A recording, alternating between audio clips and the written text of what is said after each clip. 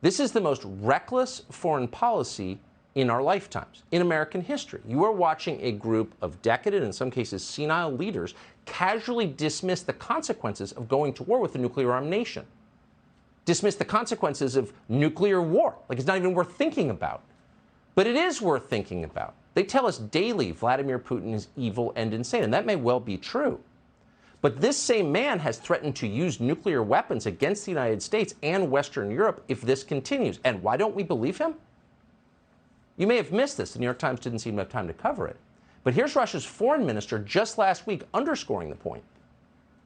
Russian Foreign Minister Sergei Lavrov with a chilling warning. The risk of nuclear war is a real one. Speaking to state-run media, Lavrov said, quote, "The danger is serious. It is real. It cannot be underestimated." He added that he did not want to see these risks of nuclear war, quote, "artificially inflated."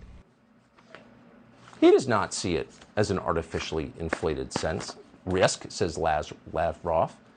So what they're saying is, we will use nuclear weapons against you and your allies if you don't back off. If, for example, this seems existential, like you're trying to overthrow our government. It's hardly defensive of Russia to say that's a real possibility, and has been for quite some time. So it was 2 years ago that Vladimir Putin revised Russia's nuclear deterrent policy. Now, the new policy allows Russia to use nuclear weapons in response to a conventional strike. That means some sort of non-nuclear provocation. Now, in March, Russia's former president, Dmitry Medvedev, who sits on Russia's Security Council, reminded our country of this policy. He warned Joe Biden that Russia would indeed use nuclear weapons against the West in response to any, quote, act of aggression that is committed against Russia and its allies. Now, what would that look like? Would it include helping to shoot down a Russian transport plane carrying hundreds of Russian troops? The Pentagon has admitted doing that. You don't have to be for Russia to see that as a pretty reckless act, and not just doing it, but then bragging about it to NBC News. Where does that get us? We should find out. We do know that Putin has placed Russia's nuclear forces on high alert. And again, Russia has the largest nuclear arsenal in the world. And again, why wouldn't he use those weapons? They tell us daily he is evil and insane, and he may well be. A risk? Yeah. And we have a war that would have never happened if I was president. That war would have never happened. When the invasion started, you were quite praiseworthy of Vladimir Putin. You said he was a genius. This was a savvy move. That he was going in as a peacemaker. No, that's the fake news' version. No. Tell me the truth. When he built up soldiers on the border, I said, that's very smart, brilliant move, because I thought he was negotiating. When he went in, I said, no longer a brilliant move. When you see the scenes, Mr. President, of maternity hospitals being bombed, I think it's terrible, yeah. When you see refugees being attacked as they flee, grandmothers, children, babies, you see the decimation of previously prosperous cities living in a thriving new democracy. When you watch what's happening, I mean, do you agree with my assessment that Vladimir Putin is now an evil, genocidal monster? Yeah, but I also, you do? When I look at, I do, sure. And who wouldn't? What's happening is horrible. When you see rockets going into apartment buildings, and there are plenty of people in those buildings, you know, they think they're like the people who moved out. They didn't move. They want to stay because they think they're safe in their apartments. Far more people are dead than you think. When I see all the death and all that destruction, and it's such a stupid war, because you had a country that was working, had problems, lots of problems, but other countries have problems too. It was such a horrible waste to be doing it. You see swings outside, you see playgrounds, you see hospitals. It was a country. And the people were happy. I guess a lot of them were happy because they're certainly fighting for it. But I'll tell you what I really think. I say, isn't it a shame all those people are dead, all because of a rigged election?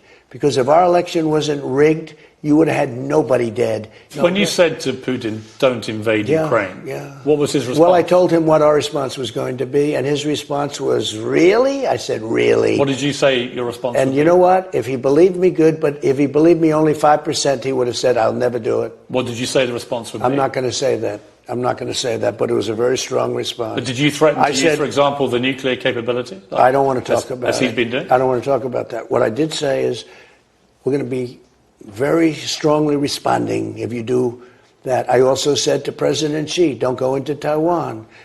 and there's going to be a very strong response. They both understood that. They both had the same reaction. Really? Really? I said, really? The thing that may keep him out of Taiwan is how poorly Russia's doing, right, and how vicious it has to be, how horrible it has to be, because China sees that and nobody wants to see what's happening. So what would you do right now in Ukraine if you were the president? Putin uses the N-word. I call it the N-word. He uses the N-word, the nuclear word, all the time. That's a no-no. You're not supposed to do that. He uses it on a daily basis. And everybody's so afraid, so afraid, so afraid. And as they're afraid, he uses it more and more. That's why he's doing the kind of things he's doing. He's doing them because he thinks nobody's going to ever attack us because they're all stupid and they're afraid to talk about it. I totally agree with you. Okay? So what would you do instead of, excuse me, it's a little complicated. I'm sorry. Instead of, kowtowing, instead of Biden saying, oh, he's got nuclear weapons. He keeps saying he's got we have better weapons. We have the greatest submarine power in history. So what would you say and do? I would say we have far more than you do, far more powerful than you, and you can't use that word ever again. You cannot use the nuclear word ever again. And if you do, we're going to have problems.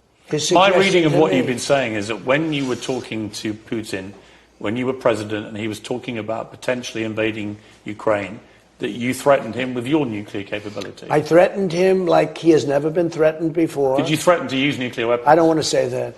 I threatened him like he has never been threatened before. What's your message for Putin now, right now? If you could talk to him, what would you say to him? I would say it's a shame what you've done. You're killing, I think potentially, look, if these people aren't smart, and they're not, our leaders are not smart. If they're not smart, you're going to end up in a nuclear war. This is just the beginning. This is the beginning. And I've been the best predictor of things ever. Now, it doesn't have to happen. It shouldn't happen.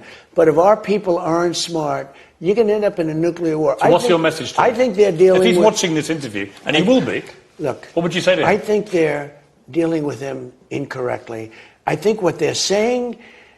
It's almost like they're speaking with fear, and they don't understand. We have one weapon alone that would destroy everything. Should Putin get out of Ukraine right now? They should make a deal, and they can make a deal, and they should do it fast. When people look back on this period of time, we're going to be ashamed at what we've done or what we haven't done to stop this catastrophe. This is a catastrophe. This is, in a way, already a world war. Has Russia made itself, with this invasion, has it made itself an enemy of the United States? Well, I think two things have happened. Number one, they've proven to be less powerful than we thought. That's a good thing from our standpoint. But at the same time, they have a second degree of weapon that is very powerful, and nobody can be allowed to use it, talk about it, threaten with it. We have more powerful than them, and there would be no Russia. There would be no Russia, but we don't want to talk about that. But when I watch Biden say, oh, he's got nuclear weapons, we can't do this, you can't do that.